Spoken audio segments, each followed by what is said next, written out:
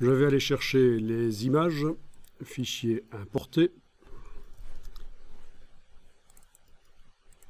Alors regardez une manière d'amener les images. Tout à l'heure, quand on a fait l'objet à état multiple, je vous avais dit si vous aviez des dizaines d'images, il y a une solution pour les amener sur le plan de travail. Ben, je vous montre, mais seulement avec 2 images. Mais enfin, je vous montre comment vous feriez pour amener des dizaines d'images. Il faut tracer. Donc j'ai 2 images dans le curseur là. Il faut tracer. Pendant que vous tracez, vous jouez avec les flèches haut et bas sur le clavier, ce qui crée une grille d'images, et on pourrait même en avoir plein comme ça, voilà. D'accord? Les flèches haut et bas servent à changer le nombre de rangées et de colonnes. Haut et bas et gauche et droite sur le clavier. Ça vous fait donc plein de blocs qui ont la même dimension. Évidemment, comme j'avais que 2 images dans le curseur, il n'y a que ces 2-là qui arrivent. Mais si j'en avais eu sélectionné donc sur mon disque dur 40 images, je peux faire une grille comme ça de 40 images. Et après, je joue avec la palette alignement pour les superposer toutes. Et pour faire un objet à état multiple, un diaporama avec 40 images.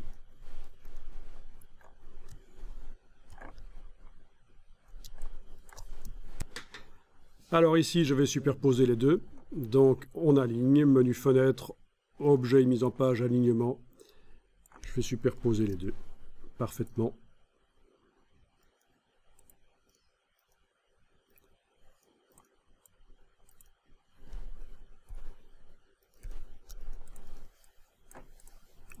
Et en fait, je suis en train de me rendre compte que dans un premier temps, je n'ai besoin que de la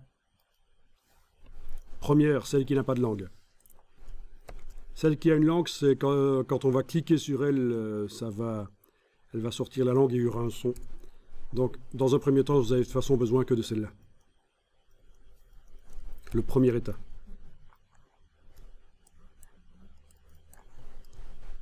La deuxième vache, je la laisse sur le disque dur. Alors, palette, boutons et formulaire. Je vais transformer la vache ici en un bouton. Peut-être que je vais demander objet ajustement, ajuster le bloc au contenu. Comme ça, le bloc va se coller contre le bord de l'image. Ajuster le bloc au contenu, on n'a pas encore utilisé. Objet ajustement, ajuster le bloc au contenu. Mais enfin, voilà, c'est fait. Vous avez vu qu'on peut redimensionner un bloc pour qu'il aille se coller sur son contenu, l'image. Voilà un bouton. Et je crée un état survol. Voilà. Donc j'ai un bouton avec un état normal et un état survol qui actuellement sont identiques. L'état survol et l'état normal sont identiques.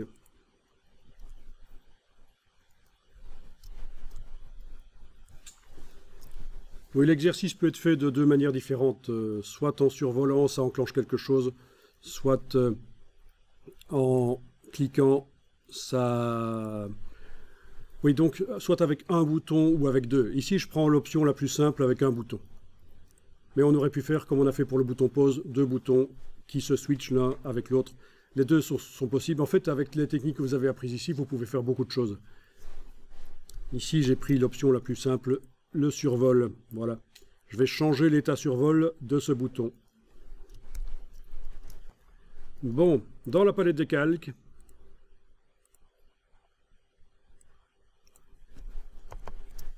en ayant donc le bouton sélectionné avec la flèche noire et plus particulièrement son état survol, dans la palette des calques, je vois l'état survol du bouton. Le voilà. Et ça, c'est le bloc de l'image.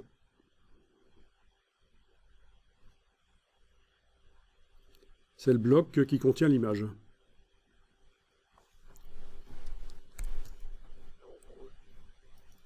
Je vais dans la palette des liens et je vais rééditer le lien. On voit que l'image apparaît 2 fois dans le document, sur la page 3. Et là, c'est l'état survol que je suis en train de modifier. Je vais faire donc rééditer le lien et je vais aller chercher ma vache avec la langue. Ouvrir. Et voilà. On aura donc, quand on va survoler le bouton, on aura une vache qui va tirer la langue comme ça. Voilà. Amusant. Et en plus de ça, évidemment, elle va faire un son quand on va la survoler. J'enregistre le document. Je peux vérifier dans l'aperçu de l'interactivité si ça fonctionne. Quand je survole la vache, ouais, elle tire la langue, ça se voit. Ça se voit. Elle est petite sur le document, mais enfin, ça se voit.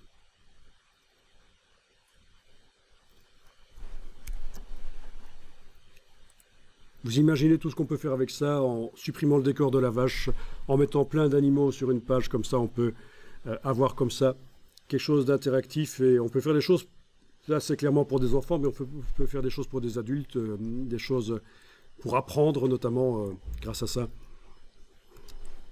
C'est vraiment de l'interactivité basique. Donc on a un bouton, on va aller chercher le son d'une vache sur le web. Donc je vais taper download cow sound.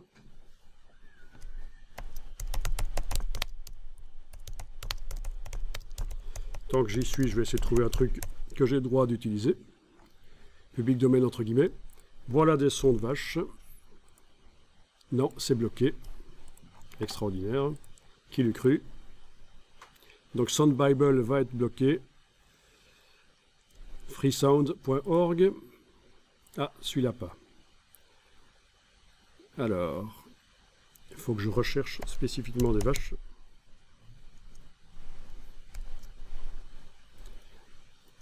Tiens, il y en a un qui dure 3 secondes ici. Bon, c'est bien. Ok, je vais télécharger celui-là.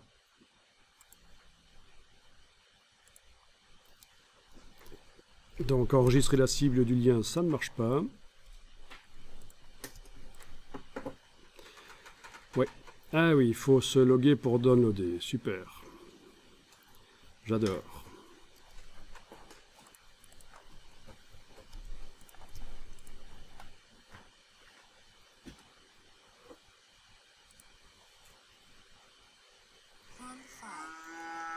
Et là, ils les font payer. C'est encore pire.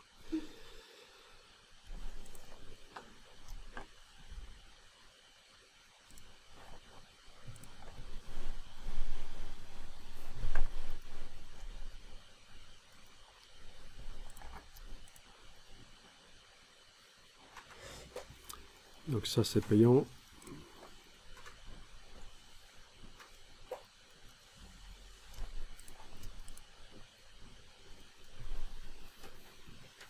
Il en existe quand même plein, c'est quand même effrayant.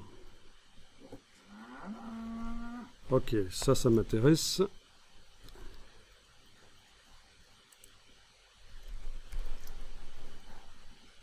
Alors, voilà ce site-là que j'ai trouvé en cherchant. Finalement, il accepte de télécharger, visiblement, qu'on télécharge quelque chose sans devoir se loguer ou donner son adresse mail, quoi que ce soit.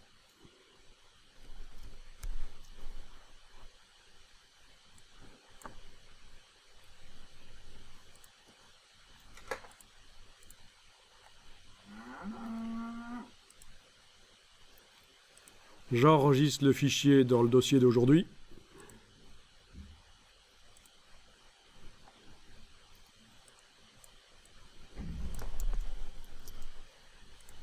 C'est un fichier QuickTime, mais sans vidéo, c'est juste du son.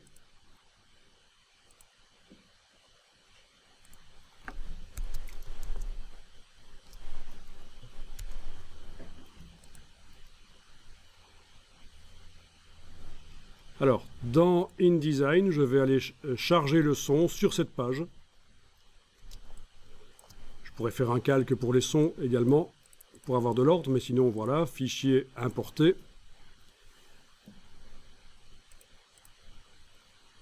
Je vais chercher le son, que ce soit du WAV, du MP3 ou du MOV, ça pourrait fonctionner. Ah, il n'est pas pris en charge par Adobe Flash. Il faudrait donc un son FLV, F4V. Ok, voyons ça. Est-ce qu'on sait l'enregistrer ici dans QuickTime sous un autre format? Non. Je vais devoir le charger dans iTunes et éventuellement le convertir dans iTunes. Très ennuyeux ça. Parce qu'on n'a pas énormément de temps pour terminer ici. Voilà, clic droit. Est-ce que vous avez également un MOV? Un point MOV? Vous avez réussi à avoir du MP3? Bon, ceci dit, pourquoi j'essaie de convertir dans iTunes puisqu'il était au téléchargement également en MP3? J'ai été un peu trop perfectionniste, j'aurais pu télécharger la version MP3 directement, ce que je vais faire maintenant.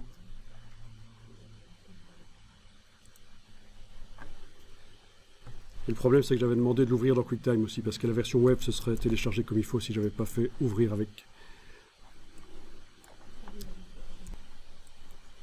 Ok. Ah mais elles sont là les versions web et MP3.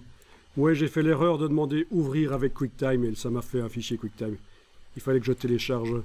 J'avais un peu peur de ne pas le retrouver. Voilà. J'ai du MP3 qui est là. Allez, je retourne dans mon InDesign.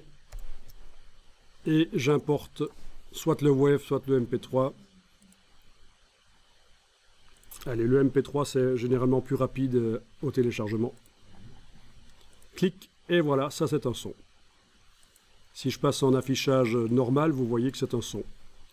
C'est un rectangle invisible. Si vous le mettez quelque part sur la page, n'importe où, ça devrait marcher. Même s'il se superpose partiellement comme ça, ça devrait marcher. Donc je le mets discrètement en bas à gauche, en bas à droite de la page. De toute façon, je vais le voir tout de suite, hein. Je prends le bouton. Je vais dans la palette de boutons. J'ajoute une action sur du son. Le seul son qu'il a trouvé, c'est le MP3. C'est parfait, il l'a trouvé.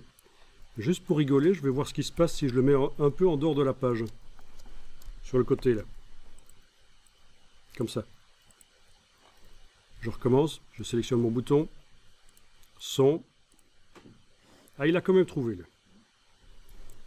On va voir si ça marche comme ça. Normalement, ça ne devait pas marcher comme ça, mais bon. Alors, lecture. Et ça va se faire quand? Mais quand on va survoler, en fait. Hein. Voilà. Oui, en fait, dans relâchement et appui, vous ne devez pas avoir d'action. Sauf si vous voulez que ça se fasse quand on clique, évidemment. Mais moi, je veux que ça se fasse quand on survole.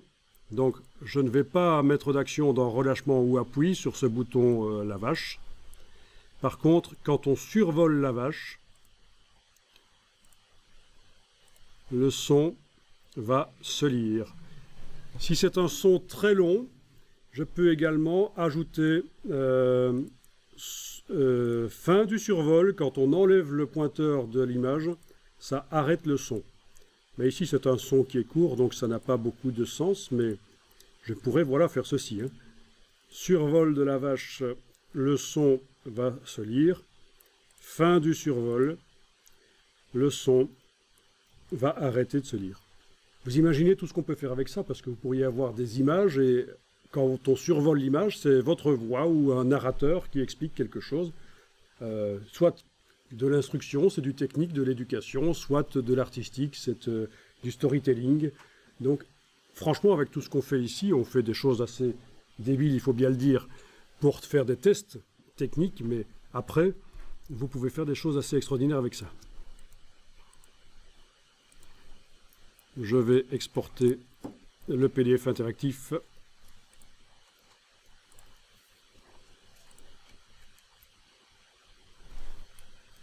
Alors on n'a pas eu le temps de voir comment faire des boutons pour passer aux pages suivantes. Mais vous allez trouver comment ça marche. Hein.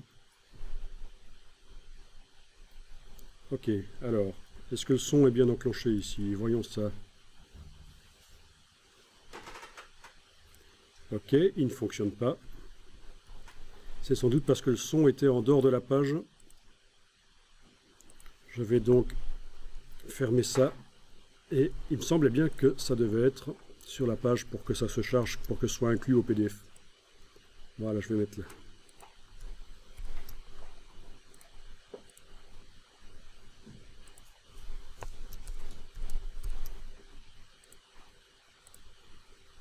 Je vais exporter. Ah tiens, tant que j'y suis, il n'y a que la page 3 qui m'intéresse, donc je vais exporter uniquement la page 3. J'ai pas besoin d'exporter toutes les pages chaque fois que je vais vérifier une page dans le PDF.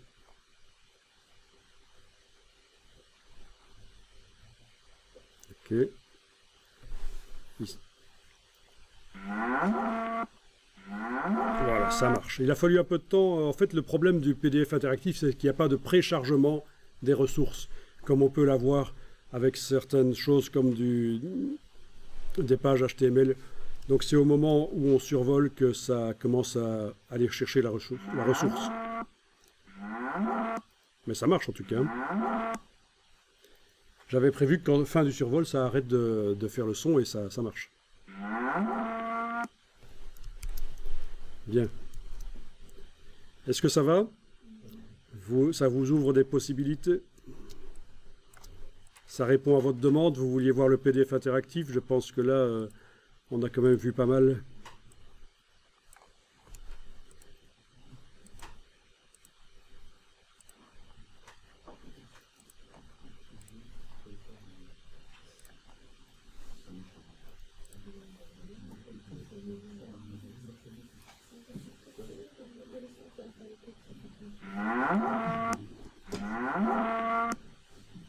Je sais pas, moi ça me fait rire. Je trouve ça débile.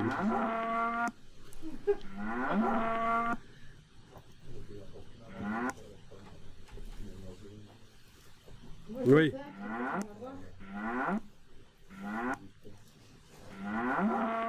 Techniquement, vous pourriez mettre un petit bouton sur la langue et quand on clique dessus, elle crie.